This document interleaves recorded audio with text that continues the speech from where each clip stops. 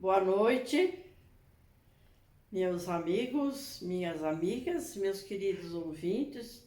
Os amigos e as amigas também são queridos. Para variar, estou fazendo um pouco tarde, mas eu não queria deixar de fazer o vídeo hoje, porque nós estamos nessa fase muito importante da nossa religião e essa quaresma já vai ser uma quaresma bem diferente das outras. Eu não queria deixar vocês sem as explicações, pelo menos os dois assuntos, para vocês meditarem um pouco. Amanhã e essa semana dá tempo de vocês meditarem. Eu vou fazer o primeiro o Evangelho de domingo passado, que foi o que a gente começou a quaresma. Aquele Evangelho, não sei se vocês se lembram, quando eu comecei a falar para vocês do Evangelho, eu falei que eu tinha dois Evangelhos que eram meus prediletos, né? Porque o resto eu leio todo dia o Evangelho. Mas eu tenho dois que são assim, mais mesmo preferidos do meu coração, da minha alma, né? O primeiro é primeiro milagre de Jesus, né? A transformação da água em vinho, né? Que foi o início da comunhão, né? E o segundo, que eu amo de paixão, esse evangelho, que foi de domingo passado. Jesus sendo transfigurado, a transfiguração de Jesus no Monte Tabor. Mas antes de eu falar dos dois assuntos, eu quero falar uma coisa para vocês. Não é cobrança, eu jamais, quem sou eu para fazer uma cobrança para vocês do que vocês estão fazendo ou pensando? Quem sou eu, né? Mas apenas um lembrete. Os evangelhos durante a semana, dessa semana, eu cada dia aprendo um pouco com aqueles padres lá maravilhosos, eles ficaram assim, fazendo a gente prestar mais atenção nesse ponto, em três coisas, né? Primeiro, como é que vai indo a minha misericórdia diante de Deus, né? A gente aprendi também que misericórdia não é uma coisa triste, a misericórdia, que nós não vamos fazer uma quarentena triste, né? Nós já prometemos que não vamos fazer. Nós vamos fazer uma quarentena alegre porque Jesus está ressuscitado. Mas nós vamos apenas lembrar que nós estamos passando. Então, os padres que celebraram falaram primeiro, no começo da semana passada, sobre a misericórdia. Como é que vai indo a minha misericórdia, a sua misericórdia? Misericórdia quer dizer a caridade para com o outro. Eu ter caridade mesmo. Então eu sou misericordiosa diante de Deus quando eu faço o bem para alguém, né? Então, o primeiro ponto foi para nós pensarmos um pouco essa semana, até que já passou, mas vocês vão fazer agora na outra. O segundo ponto, o padre falou também muito bonito sobre a humildade. Falou o evangelho em que Cristo diz assim no final: todo aquele que for exaltado, né, será humilhado diante de Deus. Todo aquele que for humilde será exaltado no reino de Deus. Então é um ponto para a gente pensar, como é que vai indo a minha humildade? Será que eu estou sendo humilde mesmo diante de Deus, né? E o terceiro que ele pôs também, que eu achei assim, pus aqui para não esquecer, E o terceiro ponto para a gente pensar, que eu acho que é super importante agora nessa fase que nós estamos fazendo da quarentena, que é o perdão. Então, os 3 pontos que nós devemos pensar: como vai indo a minha misericórdia para com os outros, como vai indo a minha humildade diante de Deus e diante das pessoas, né? E o terceiro ponto, que eu acho que talvez seja, graças a Deus não tenho esse problema de precisar não perdoar alguém. Graças a Deus não tenho, nunca ninguém me fez alguma coisa que eu não pudesse perdoar, graças a Deus.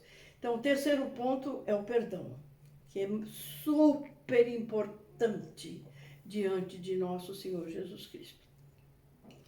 Então, são esses 3 pontos. Não é cobrança, são apenas lembretes. Então, nós vamos falar um pouquinho sobre o maravilhoso evangelho de domingo, não desse, domingo passado. É o início da quaresma. Sempre no início da quaresma, o primeiro evangelho é sempre sobre a transfiguração de Jesus no Monte Tabor. Eu acho, como eu gostaria que todo cristão acreditasse nisso. Eu sempre acreditei na transfiguração de Jesus. O que ele fez? Nós estamos agora falando, esse evangelho é de Marcos, que é aquele que não conviveu com Jesus, só quando era menino. Então, nós estamos naquela fase em que Jesus ainda está andando, ele anda durante 3 anos, até chegar a hora da crucificação, né? Ele está no finalzinho, por quê? Porque nós estamos chegando agora, né, comemorando, né, a morte dele agora na sexta-feira, para depois ele ressuscitar. Só lembrança, porque já está ressuscitado. Então, esse evangelho, eu convivo há muito tempo, né? Foi 59 anos que eu sou catequista, mas é muito difícil da pessoa acreditar na transfiguração de Jesus. E eu não acho difícil, porque o que é para Deus, ele apresentar ele só tem um grande detalhe aí. Jesus está andando com os apóstolos, mas para ir ao Monte Tabor neste dia, ele só leva 3. O Pedro, o Tiago e o João. O Tiago é irmão do João Evangelista. E o Pedro é o que vai ficar no lugar dele, que foi o primeiro Papa, São Pedro, né? Então, olha o detalhe. Jesus sobe ao Monte Tabor. Quando ele está, os 3 atrás dele, quando ele chega no determinado ponto do Monte Tabor, abre-se o céu e aparecem 2 figuras do Antigo Testamento, Moisés e Elias. Eu queria que vocês prestassem muita atenção nisso. Moisés e Elias, que são do Antigo Testamento, que já haviam morrido há muito tempo, não são do tempo de Jesus, mas eles são a base toda do Deus Pai, né? E só levou os 3 e só apareceram esses 2. O Moisés, né, foi quem fez os 10 mandamentos, né? Então, ele era assim, foi muito querido do coração de Jesus, né? E o Elias, que foi o primeiro grande profeta, né? Logo um pouco antes da chegada, né, de Jesus. Então, veja que coisa, ele deu a verdadeira, como é que vai ser a verdadeira vida da gente depois que a gente for para o céu. Ele se transfigurou, ele ficou iluminado, os apóstolos ficaram tão assustados, que eles foram tão grande a emoção, que os três sucumbiram. Eles tiveram assim uma espécie de um desmaio, de coisa mais linda.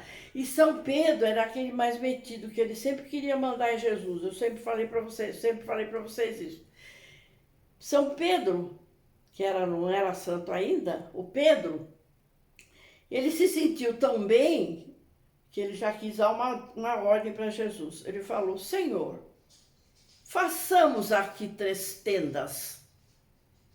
Uma para o Senhor, outra para Moisés e outra para Elias. Aí levou um pitaço de Jesus. Jesus falou: desça. O teu lugar ainda é lá embaixo. E voltou com as vestes normais que ele usava. Eles foram agora uma grande advertência que Cristo falou: não contem para ninguém o que aconteceu. Por quê? Porque ninguém ia entender. Iam falar, os 3 enlouqueceram. Como? Eles já viram como é que vai ser a vida eterna? Então Jesus proibiu que eles falassem.